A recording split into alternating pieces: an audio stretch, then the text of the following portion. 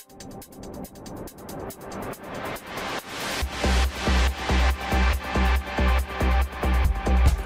into your seats and get ready. It's time for the Mortarpod.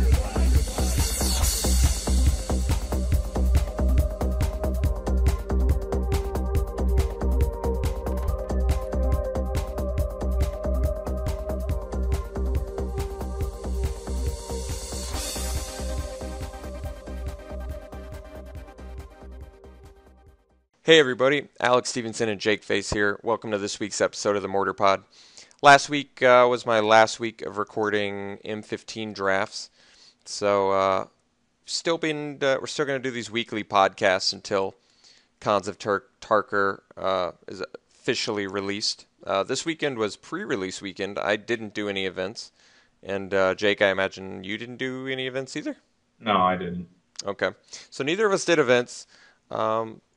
I'll probably end up doing a release event, I imagine, but if I don't, I'm definitely going to be doing the pre-releases online, so you're going to be seeing some drafts as soon as Khans drops online. Otherwise, check out travelersofstoria.com. I'm still working on another tutorial video for my board game, and it should, I don't know, I'd like to have it ready over the next few days here. It's coming along. It's going to be a walkthrough of a mission, so you see better how the gameplay works. We've got a brand new Make-A-Wish for this week, too. The new segment where we make a custom magic set for any movie, book, TV show, and we still need suggestions, so feel free to leave those in the comments if you have more suggestions for any movie, TV show, book that you want to see a custom magic set for. Other than that, we're going back. We're done with the con spoilers, so we're going back to Invasion Block, which is where we left off 3 weeks ago, and we're jumping into Planeshift. So I haven't seen any of these cycles yet, and Jake's the one who prepared them, essentially got them. So got a lot to talk about, and Jake, I think you're going to know these a bit better than I know them. Yeah. But first, let's do Make-A-Wish. So this week we're doing Jaws, which was suggested by Big Daddy Joe. And I love Jaws. I watched that a lot as a kid growing up. I think it's considered one of the greatest movies, ever made. I think so. I think so, yeah. And it was a lot of fun to make this set. This is the first Make-A-Wish set that was non-fantasy. So I thought that was going to be really difficult, but it turned out to be okay. I'm actually pretty satisfied and happy with the results, so I think that's a good sign for future sets that are non-fantasy related. It was actually a fairly easy transition with the Willow and Neverending Story sets, but Jaws worked out just fine. I'm pretty happy with them. So let's get into it. Let's do this custom set. So we've got Amity Island, and once again, I try to set it up in the order that the movie kind of plays out. So Amity Island is the name of the island where the story takes place, and Amity Island is a legendary land island card, so it taps for a blue mana. It also enters the battlefield tapped, and then it has tap, sack a creature, and you get to add green, blue, blue to your mana pool. Kind of the feeling for that was the people are dying on the beaches, and that's helping you get mana to cast Jaws, who's the next card we're going to look at. But the flavor text on Amity Island comes from the mayor, and it's a beautiful day. The beaches are open, and people are having a wonderful time. Amity, as you know, means friendship. I think that's when he's smoozing with like the press, Mm-hmm. and he says that to him because I think that's when they find out about the death. The first death, and they're obviously concerned. So I think this card had to enter tapped. Otherwise, if you just tapped and sack a creature to add 3, there could be some problems for like free creatures. You'd be able to ramp out a 3-drop on turn 1, which I just wanted to avoid that problem, so enter tapped. But kind of a narrow specific ability in some regards, I guess. But the fact that it ramps and sack creatures, I think this card would actually be pretty valuable. Mm-hmm. getting the double blue off of it would let you counter spells too. So Yeah. Seems like it could be really strong. yeah, definitely. Next we have Jaws the Man-Eater. We don't actually get to see him early on, but he's responsible for some murdering early on in the story. And Jaws the Man-Eater is a mythic. He's 2 colorless, a green and 2 blue for a 5/4 Death Touch Trampler, legendary fish creature. There are no shark creature types in the game. I had to look that up. There are shark cards, but they're all fish. So he's got Death Touch Trample, and then return an island you control to its owner's hand. Jaws the Man-Eater gains hexproof until end of turn. And then the flavor text is, you know the thing about a shark. He's got lifeless eyes, black eyes, like a doll's eye. When he comes at you, doesn't seem to be living until he bites you. And those black eyes roll over white. I always liked that quote, and I think that's a really good quote from Jaws. It's from Quint, and he's telling his crazy World War II story. Of a bunch of people getting killed by sharks. Jake kind of suggested some last minute changes on Jaws. I had him more of like an island home style creature, but he definitely feels mythic now, without a doubt, right? Mm-hmm. Yeah, I think so. I like it a lot. I actually really like the change too, because originally you had it at black, 2 blue, and 2 colorless. Which you didn't like because it was too, maybe you don't want to think about them as like evil, more of like a force of nature, I think is what you said. Yeah, exactly. Which I think it's cool. I'm glad we did it. And then just now I realized that we didn't make any black cards then, or like we didn't. So we don't have any black cards in this set. Yeah, I guess that's true, but I think that's okay. These custom Magic sets, I'm trying to make cards that could realistically be printed, but also we don't have to adhere to like the normal set rules too much, where you've got a bunch of different cards and all colors represented. Yeah, that's very true. And it's a small cast in this movie too, so some of these Make-A-Wish sets just aren't going to be that big.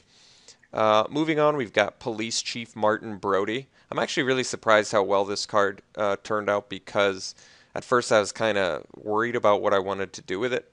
But it's a 2 white, 2/3 legendary human creature, and it has whenever another creature you control dies, put a +1/+1 counter on Police Chief Martin Brody, and it gains Vigilance and Lifelink until end of turn. First and foremost, it's perfect in white, so it definitely has all components of a white spell. But what I like about it is both Vigilance and Lifelink are words that you would associate with Martin Brody when, one of the citizens would die. So it just sort of flavorfully worked out and mechanically worked out. Yeah. Yeah, I really like it, actually. And I'm just wondering if we couldn't have, or if you couldn't have had like a second creature type. Like even advisor, since he's the chief of police, Yeah, I guess you're right. I do want to get that flavorfully aesthetic, so I'm not opposed to that for future too. Sometimes, a lot of times I find myself just doing human, but I need to dive in and look at more of the subtypes that they have.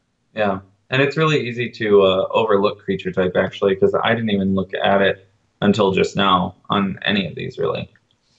Yeah, I mean, a lot of them, if they're just people, they're just people. I didn't do anything too crazy, but I do want to make them, even if not advisor, I'd like to look at, all of the subtypes to see if one would fit in.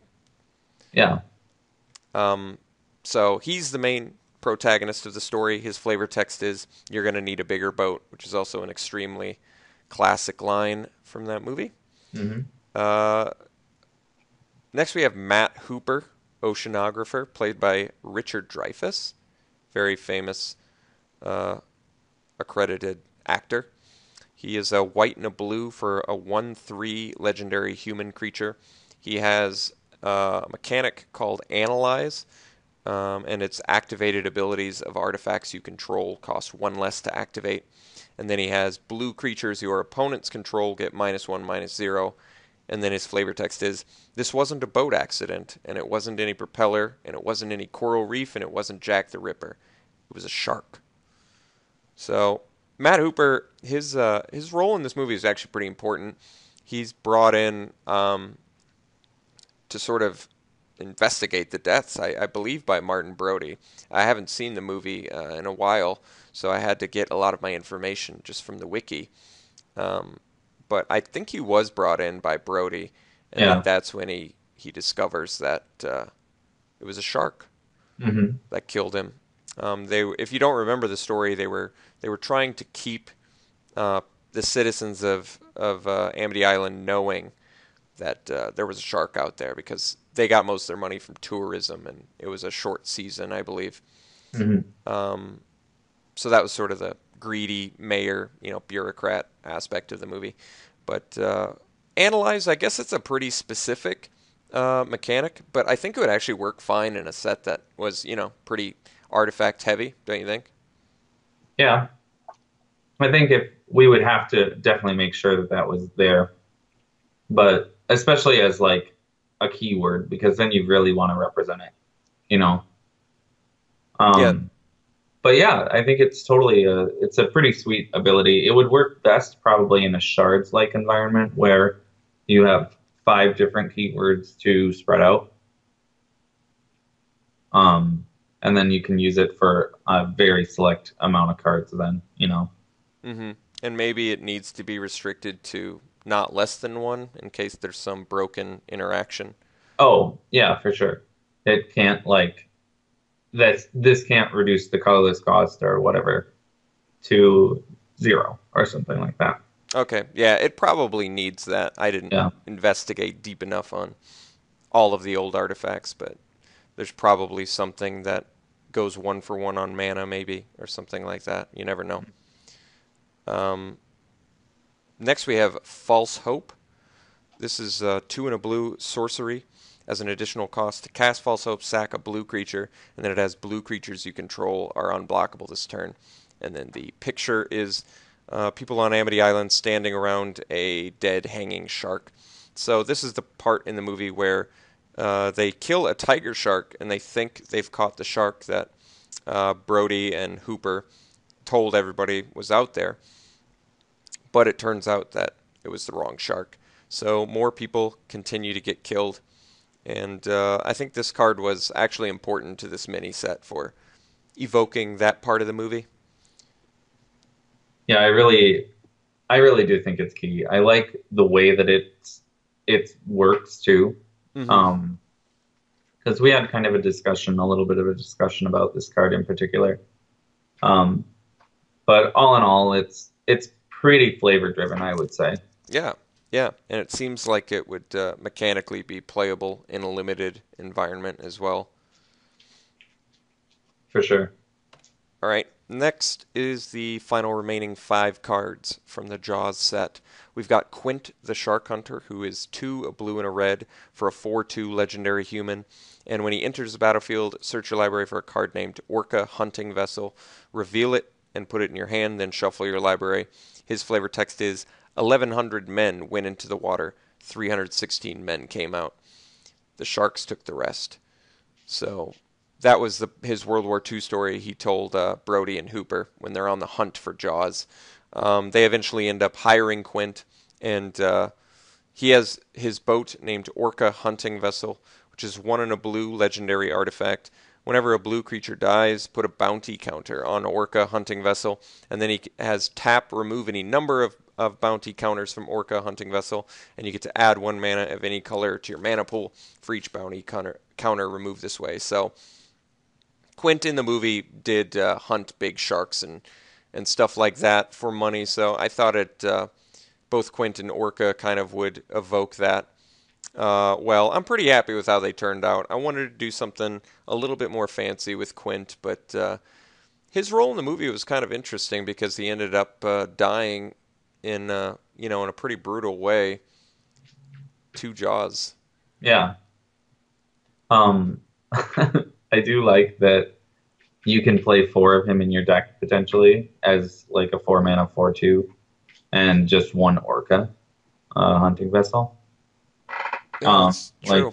if you're gonna play it in constructed, not that you would. I kind of wish he had a second ability. You know, Mm-hmm. I don't know exactly what. First strike doesn't really seem appropriate. Haste doesn't really seem appropriate. So maybe Island Walk. But then, like, I guess blue and red can converge for the artifact search. Um, so I don't know. I just feel like he could have been just a smidge better, but to get his flavor text down there and stuff too, I understand. Yeah, I'm not opposed to Island Walk, actually. I think that would have been appropriate for his personality type, at least. Hmm. So that one makes sense since he was, good on the boat. Yeah, Um, Overall, I was pretty happy with how they turned out the main protagonists. yeah, Uh, I agree. I think they're all really like good, actually. the next suggestion from a friend was "I'm tired and I want to go home," which was a classic scene in the movie as well when they're all singing drunkenly around the table during the Jaws hunt. And this is 3 in a blue sorcery, tap target creature. That creature doesn't untap during its controller's next untap step, and then return up to 1 target creature to its owner's hand. And that was a cool part in the movie, and I think the card mechanically like follows the name of the card well, which I kind of liked. Yeah, I thought that too. Like, it's really cool that this one's tired and this one wants to go home, you Hmm. know? Yeah, it just happened to work out that way. Yeah. So, and we kind of designed it based on Into the Void, which is probably most similar to. Hmm. Next, we have Diving Cage. This is a 2 mana artifact, 2 to equip, and it has equipped creature has Defender and Indestructible. And then the flavor text is Cage goes in the water, you go in the water, sharks in the water, our shark. And I believe Quint says that to Hooper when he's going down there because Quint thinks Hooper's crazy for going down there with a great white around. Turns out Quint was right on that one because the diving cage is not so indestructible, and Jaws, kind of being the exception to the rule, ends up destroying the diving cage, but Hooper escapes narrowly. Yeah. So I guess he technically was indestructible there. Yeah, but I still like diving cage. It definitely got the idea across. Hmm. It is an artifact. It would give you defender, and you'd probably, for the most part, you're indestructible in there. So Hmm. that one worked out all right. And then finally, we have a last shot, which is definitely probably considered one of the best, you know, last scenes of a movie. 2 and a white instant as an additional cost to cast last shot, sacrifice an artifact, and then it's exile target creature. And the flavor text is "Smile, you son of a." Maybe I should have put a boom sound effect at the end. I'm not sure. No. I think it's perfect the way it is. Okay, and it's that shot of him slowly sinking with the boat with the rifle pointed at Jaws. So that's it for the Jaws set. I was pretty happy with how they turned out overall. So feel free do some more suggestions. These are a lot of fun to make actually. So um, next we've got cyclical evolution. This week we're doing Planeshift as mentioned earlier. So we're going to talk about some of the unusual cycles of Planeshift, and I'll let Jake kind of speak a lot more on these because I'm less familiar than he is. So let's get into it. First we've got Bog Down, Falling Timber, Magma Burst, Rushing River, and Pollen Remedy. So one for each color. All of them seem to have kicker abilities on them. Bog Down being black, and it has kicker, sack 2 lands. You can make a player discard 2 cards from their hand, and if you paid the kicker, they discard 3 instead. Falling Timber is sack a land, kicker, and it prevents all combat damage target creature would deal this turn, and if you paid the kicker, prevent all damage another creature would deal, and it's an instant. And next we have Magma Burst, which is another instant. It's red. Kicker, sack 2 Did you do lands. Falling Timber too? Sorry. Well, I'm sorry, what were you going to say? Oh, nothing. Never mind. Continue. Okay. Magma Burst was an instant, sack 2 lands. It deals 3 damage to a creature or player, and if you pay the kicker, it deals 3 damage to another creature or player. Rushing River, 3 mana, blue, instant. Sack a land. You can bounce a non-land permanent. If you pay the kicker, you get to bounce another one. And then Pollen Remedy, 1 white, instant, sack a land with the kicker. And it's prevent 3 damage, and if you pay the kicker, you can prevent 6 damage, and you can prevent it any way you choose, divide it however you choose. Okay, Jake, so go ahead and take the reins and talk about this cycle. Okay. So the cycle is they all have kicker of sacrifice at least 1 land, and they're all common instants, except for Bog Down, which is a sorcery. Um, this cycle is just like basically showing an evolution of kicker where it's not just a mana cost. And you're paying your land to make these spells stronger. And each of them has like the symbol of the coalition. So if you look at Coalition Relic ever, each of these symbols corresponds to one part of that. And like it's really obvious in Pollen Lullaby and Rushing River and Falling Timber. In Magma Burst and Bog Down, it's a little more subtle, but still there.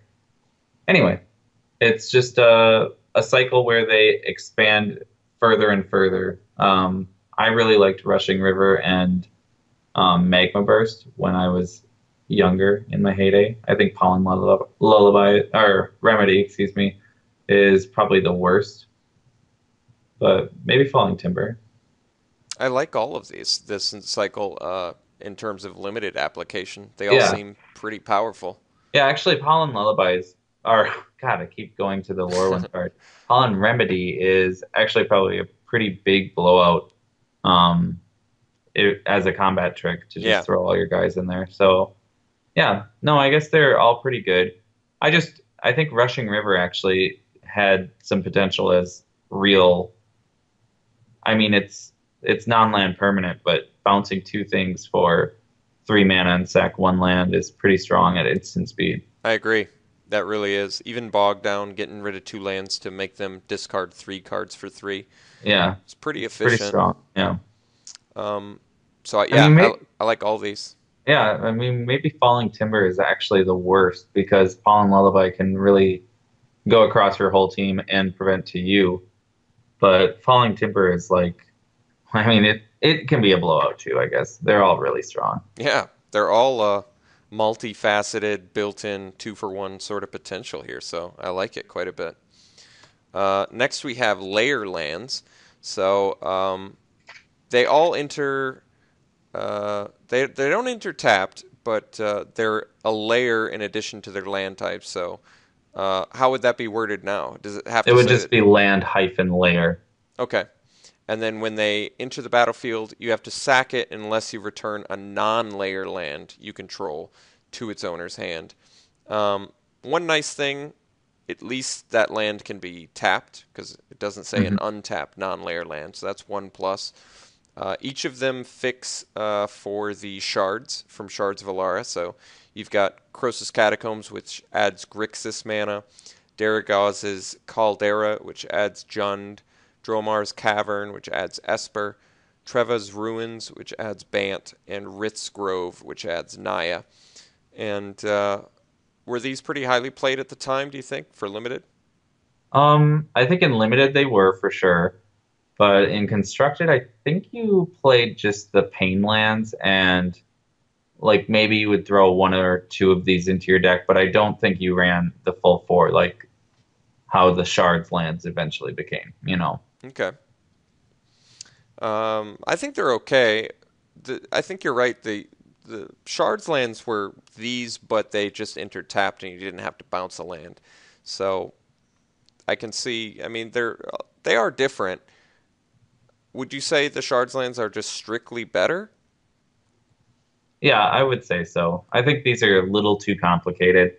I see what they were trying to do, and it's cool, but really overall it's a little too complicated, you know. I see. It sets you back turns. It actually sets you back to do that. So you can't really play these early on, whereas the Shards land, you could play turn 1 or 2 if you had no plays and not feel bad about it. That's true, but you didn't get to immediately fix either with the Shards lands. Yeah, but you didn't really need to immediately fix because it was a multicolor format like at this time. So, it's just dependent on what you need for your format. Like you can always play these and still get the mana, just play them as a free any of 3 colors, Mm-hmm. You can always play them like that. But really what you want is something like, at least now they have enters the battlefield with an effect common lands, Yeah. So if you play these with the dual lands from Zendikar, or the new ones that are coming out that enter and gain you life, they'd actually have a purpose, but otherwise I don't know. Yeah, I guess I see what you're saying. You want to play it with actual into the battlefield ability lands. Yeah, these actually would have been really cool to have in Zendikar block or something like that. Yeah. Where you wanted landfall and you wanted, this type of land would have been really sweet then. Yeah, that's a good point. That would have been a good place for it. They could have just done it at rare and produced any color, and it would have been actually just the best. Yeah, and less slots too. I like the pictures on all these layer lands. They look cool. They do. They're really representative of their colors, which is sweet. So I recommend checking those out. Not much else to say about them, I guess. Fixing for the time, and they probably worked pretty well at the time, I would guess. I think for limited they were awesome. Next we have Cycle of Charms, and the pictures on these are all very similar. It's some sort of clawed hand. The dragons. Okay. That are named. I see. So it's talons. Yeah. We have Crosis's Charm, which is Grixis colored charm. They're all instants. Crosis's Charm either bounces a permanent, destroys a non-black creature, can't be regenerated, or destroys an artifact. Daragaz's Charm is Jund colors, and it lets you return a creature card from your graveyard to your hand, or deal 3 damage to a creature or player, or a target creature gets +3/+3 until end of turn. Dromar's Charm is Esper. You can either gain 5 life, counter a spell, or give a creature -2/-2 until end of turn. Treva's Charm is Bant. Lets you destroy an enchantment, remove or exile a attacking creature, or draw a card, discard a card. And then you have Rith's Charm, which is Naya, which lets you destroy a non-basic land, get 3 Saproling creature tokens, or prevent all damage a source of your choice would deal this turn. So, do you want to talk about the charms, kind of your preference, or how you think they played it this time? Yeah, I think Crosis's Charm always stood out to me as like the best, just because it was 2 different forms of removal, and then if either of those hard removals couldn't handle it, like an artifact or creature, you could just bounce it with the other mode. So I really like that, I remember. But I think they're all really good for limited. Treva's Charm is dumb because it only has 2 modes, really. Draw a card, discard a card is like the worst. Yeah. If you're ever doing that, it's like, ugh, Yeah, it's really bad. But all of the other ones are really, I think, strong and versatile. Like Daragaz's Charm is 3 to the face, or pump a creature for 3 for a good combat trick, or just return a guy from your graveyard. So it's got a lot of good versatility. Dromar's Charm is also good like that. Counters a spell, can gain you 5 life to kind of. I wish that mode was different, but at least it like gets you out of burn zones, and a kill spell too if you need it. It's probably Dromar's Charm, because counterspell is one of its modes. It probably had the 2 weakest other, I mean, -2/-2 to target creature is fine, and at the time, it was really, really decent and limited. You were still able to kill a lot of stuff, but it would have been nice if that was at least -3/-3 or something like that. Anyway, Treva's Charm is, well, it has 2 modes basically, like I said, so not much more to say about that. Exile an attacking creature is really strong though. That's true. Not to be overlooked. Yeah. And Rith's Charm is pretty sweet, actually. Destroy your fixing in limited, At or instant speed. give myself 3 surprise blockers, or prevent all damage from a single source is kind of lame unless it's a giant X spell like Gitu Fire or something like that. But yeah, creating saplings out of nowhere and destroying a non-basic land is pretty sweet. So I think Charm is still pretty strong too. It's got to be one of the very few cards in the game that actually destroy a land at instant speed, right? I think so, yeah. I mean, there. I feel like there's another one, but yeah, like Fisher does it for 5 mana, Yeah. but and Wrecking Ball for 4. But yeah, like it's a little bit limited in what sort of lands it can hit, but the fact that you could just like destroy their fixing and limited is pretty strong, Yeah. It's But true. yeah, I think overall it's a really good cycle, Yeah. a good place to take that 3-color charm idea and kind of the formula they stuck with where each color gets a mode. Definitely. And then we've got Cons of Tarkir coming out with the remaining 5 color shards. So it's going to be really interesting to sort of size those cards up again and compare them to these old ones. And I have a feeling the cons ones are probably strict upgrades, but these were still very good. These still look very good for Yeah, their time. they can still be played, in Commander at least. Mm-hmm. Trevor's Charm is really disappointing in Commander, but all the other ones are pretty decent at least. Mm-hmm. Maybe Daragaz's Charm is kind of disappointing too. Moving on, we have another creature cycle. We have Fleetfoot Panther, which is a green-white 3/4 for 3. You can play it at instant, so it's got flash. And when it comes into play, bounce a green or a white creature you control. So 3/4 for 3 with flash, definitely good. Marsh Crocodile is 2, a blue and a black for a 4/4 crocodile creature. When it comes in, you have to bounce a blue or a black creature you control, and then when it comes in, each player discards a card from his or her hand. We also have Raising Snid, which is 4 colorless, a black and a red for a 3/3 beast. When it enters, you have to bounce black or a red creature you control, and then when it comes in, each player sacks a land. Next, we have Sparkcaster, which is 2 colorless, a red and a green for a 5/3 Kavu creature. And when it comes in, you have to bounce a red or a green creature you control. And when it comes into play, it deals 1 damage to target player. And then finally, we have Sawtooth Loon, which is blue-white and 2 colorless for a 2/2 flying bird. And you have to bounce a white or a blue creature you control when it enters. And you also get to draw 2 and then put 2 cards from your hand on the bottom of your library. So do you want to sort of give the rundown on these dudes? Yeah, they're all gating creatures, which is that you can see it in the art, that kind of vortex thing. Yeah. So they're supposed to be undercosted for their effect or their power toughness or whatever, and you just have to like get rid of it. Shifts from one creature to another, basically. I So see. it's kind of the idea flavorfully behind it. Okay. But yeah, they're all gold creatures that have that gating ability, and then they have another ability. Usually, it comes into play ability. Fleetfoot Panther is the exception to that because you can just play it at flash, so instant speed. Mm-hmm.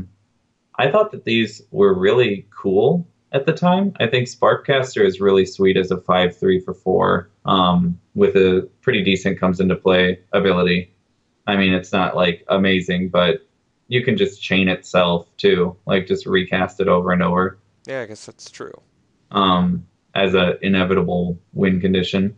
And Marsh Crocodile could be kind of juked so that you could play it with an empty hand, and if you wanted to just gate itself so that you could recast it the following turn to screw your opponent over, if you didn't need the 4/4 body. But a 4/4 for 4 is really strong in those colors too. Yeah, it's true. I think Raising Snid and I mean Sawtooth Loon is cool, but could have had a higher power, maybe. Yeah, like a Raising 3/2 Snid, Salt Griffin maybe. yeah, exactly. Raising Snid's just a little too bland. The fact that you all have to sacrifice a land is Yeah, and it's kind of, expensive. yeah, that's kind of obnoxious for a 6 mana 3/3. No, you're right. It is. That one seems off. Fleetfoot Panther actually seems really good as a way to, white main Oh line your yeah. guys out, basically. And then leave the huge body behind because that's a big boy, you Yeah, it know. is. So I'm really impressed with how good Fleetfoot Panther is for protecting your green and white creatures from Yeah. targeted removal. hmm Cool cycle, though. Very interesting. I definitely remember jamming Marsh Crocodile when Magic first came out. I bought a pre-constructed deck with the Harpy and hmm Marsh Crocodile. It was blue-black, and it had Marsh Crocodiles. I remember that deck. It was cool. Yeah, and there are other gating creatures like Cavern Harpy is one of them, Yeah. and Doomsday Spectre. There are a few other gating things, but these were really the ones that were a hard cycle that can be easily identified by their second abilities, Okay. basically. Yeah, that's cool. Uh, Definitely unique cycle. Moving on, we've got battle mages. These are actually these have withheld the test of time. These are still often included in mini cubes. So that's really cool to me that these kind of stuck around. But there's one from each color. They're all 3 mana 2/2s. The black one is Nightscape Battle Mage. It has a kicker, blue. It has a 2 and a blue kicker and a 2 and a red kicker. And if you pay the blue one, you can bounce 2 non-black creatures to their owner's hand. And if you do the red kicker, you can destroy a land. The Stormscape Battle Mage is blue. It has a white kicker. You gain 3 life, and it has a 2 and a black kicker. Destroy a non-black creature. Can't be regenerated. Then we have Sunscape Battle Mage, which is in white. It has 1 and a green kicker. Destroy a creature with flying. 2 and a blue kicker. Draw 2 cards. Then there's Thunderscape Battle Mage in red. It has a 1 and a red kicker. 1 and a black kicker. Target player discards 2 cards from his or her hand, and then a green kicker, destroy an enchantment. And then finally, there's Thornscape Battle Mage in green, and if you pay the red kicker, deals 2 damage to a creature or player, or the white kicker, destroy an artifact. So, what's your opinion on the Battle Mages? I've always liked these. I think they're all useful in their own way, and I don't know. There's not really much more to say about it because they're all pretty good, you Yeah, know. there's really no weak one, is there? No, I don't think so. They all like even Thunderscape Battle Mage, which I can look at and be like, not too excited about it. But even at 5 mana, you discard 2 and I have a body, or 4 mana, destroy your enchantment that could be like screwing me over and I have a body. But in Mm-hmm. limited, always like playing them as a hill giant, or I mean, a gray ogre is fine too. Yeah, in a If they're pinch. like, because Thunderscape, I think, is the one that has the 2 modes that most likely you won't just be working to play 2 anyway. Mm-hmm. Like Nightscape Battle Mage, you really want to drop it as a 6 mana 2/2 that bounces 2 guys. Like Yeah. you don't really necessarily need the destroy target land unless it's killing their fixing, but at 6 mana, it's like they're probably fixed pretty well.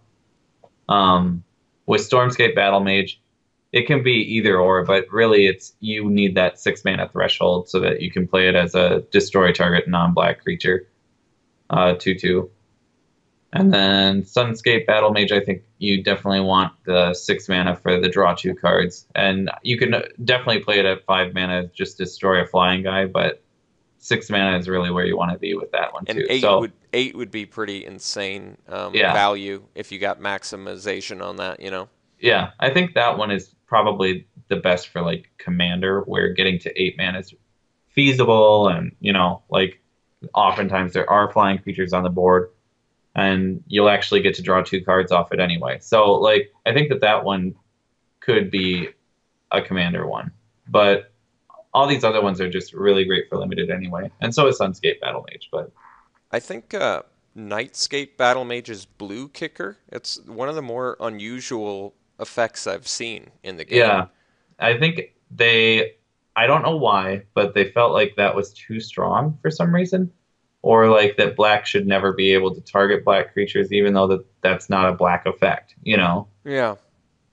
And like so by that logic, Stormscape Battlemage should actually be able to destroy any creature, you know, Yeah, I guess because that's it's true.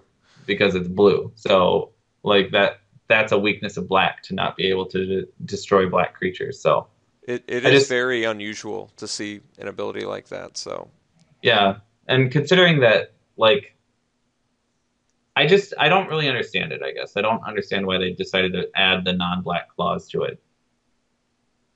yeah, For neither six do I. mana, getting a 2/2 is not like with that effect is not overpowered, you No, know? not at all. I think it's just an experiment, and they never followed up on that again. But Yeah. very, very weird. Next is the Familiar Cycle.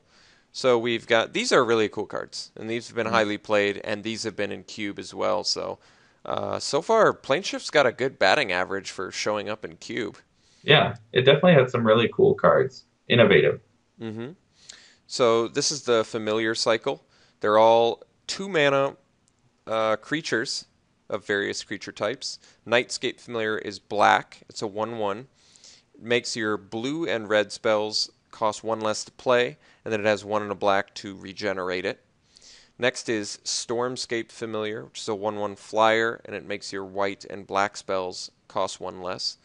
And then Sunscape Familiar is a 0/3 wall creature, and it has green spells and blue spells you play cost 1 less to play.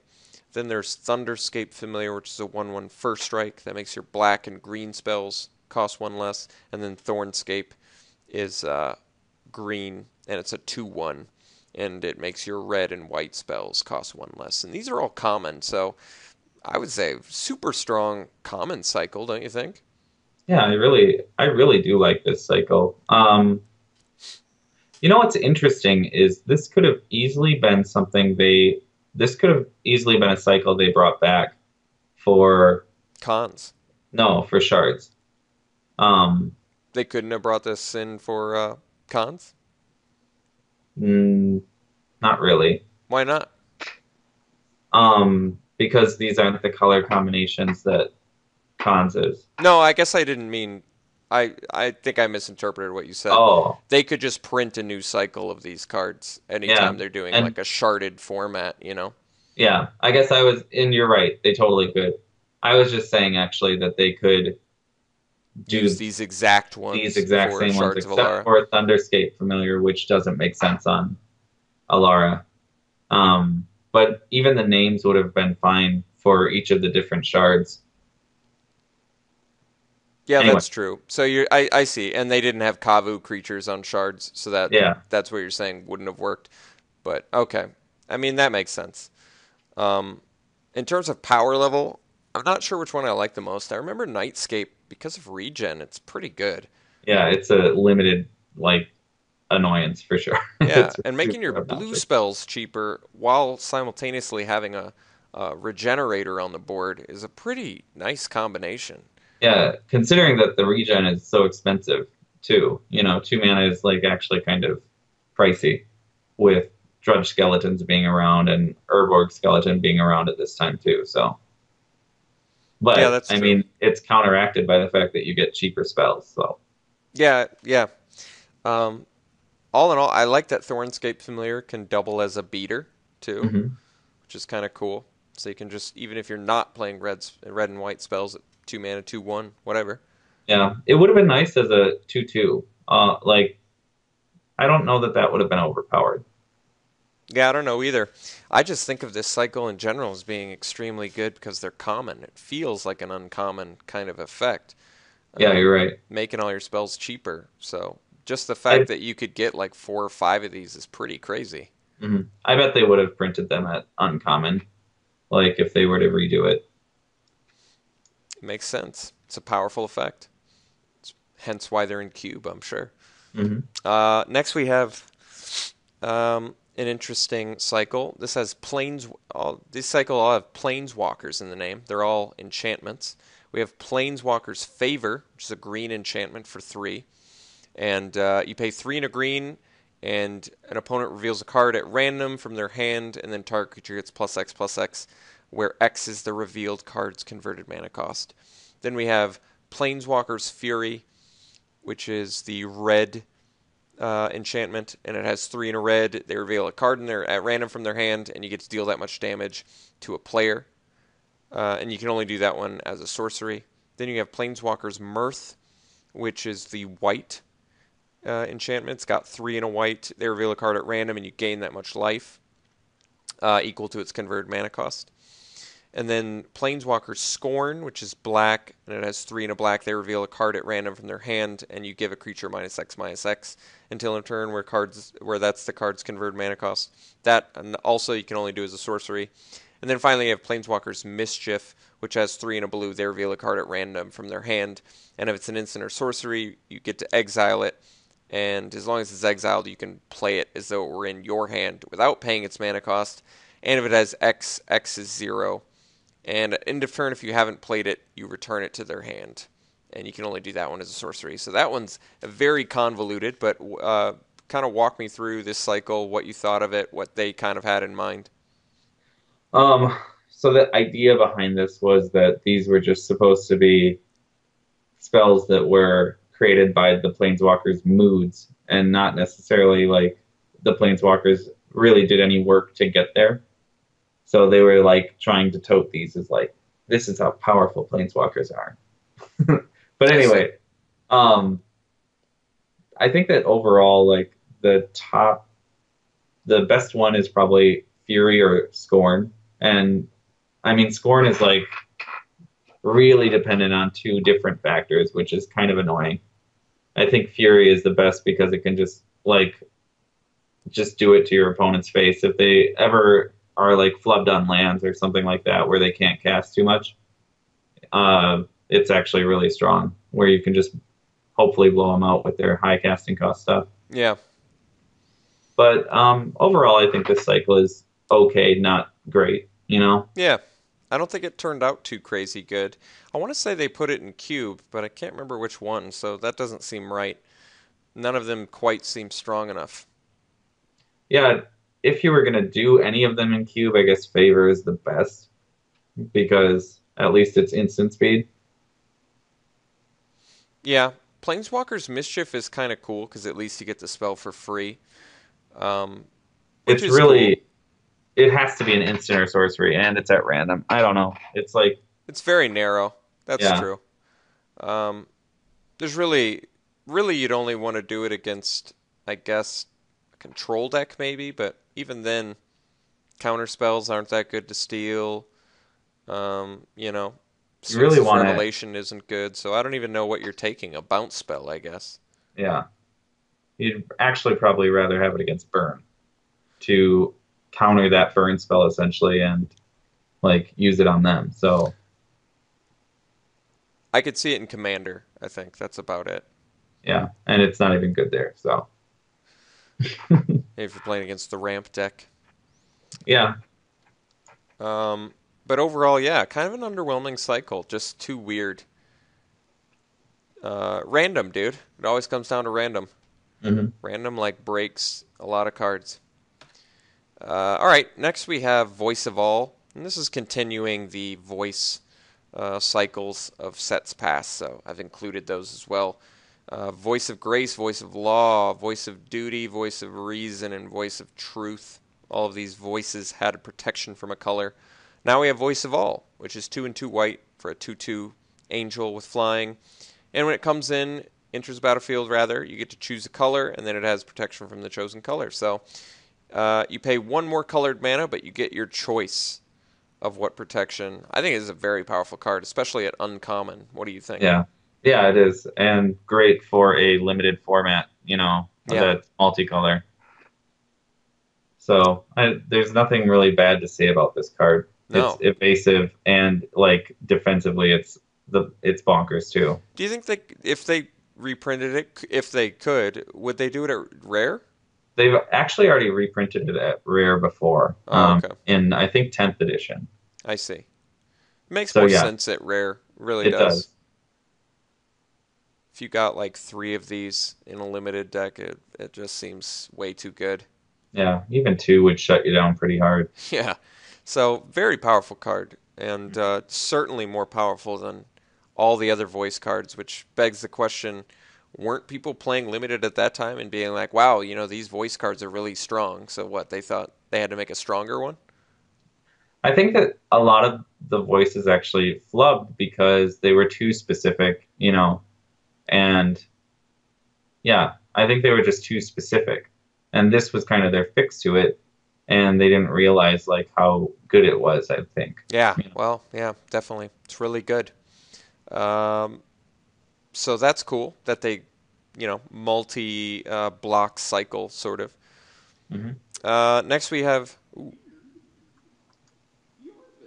Weird Harvest. This is an exciting segment. This is where we talk about a weird card from the past, whether it be the name or picture of the card. And we've got a doozy for you this week. So we've got Mr. Sea-Snid. He's 4 and a blue for a 3/3 blue beast creature. And he has tap, target land's type becomes the basic land type of your choice until end of turn. And then the flavor text is, it always has the home turf advantage. We've got Chippy as the illustrator, and wow, what a picture. It's like Loch Ness Monster, sort of, with like weird little tentacle things coming off of it. Yeah. Very different from the other Snid we saw. What's your It is. commentary on the Snid creatures, Jake? I think it's a bunk thing. Like, the raising Snid could have been a Kavu easily. This could easily have been a Serpent. So, yay to them for making Snids and then not ever following up on it as a creature type. Yeah, it should have at least been like a beast serpent or something. Yeah, I don't really understand where they're getting Beast here, but whatever. I want to know what they told Chippy. I kind of want to know if they just like stole a drawing from Chippy and were like, oh, he was just doodling, but we'll use this.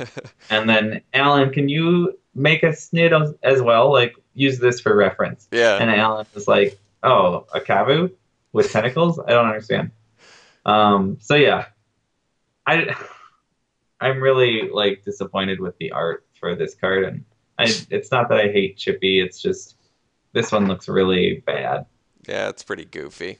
It looks a little simplistic, I guess, but I picked it because it's so weird with the weird little tentacle arms coming off of it.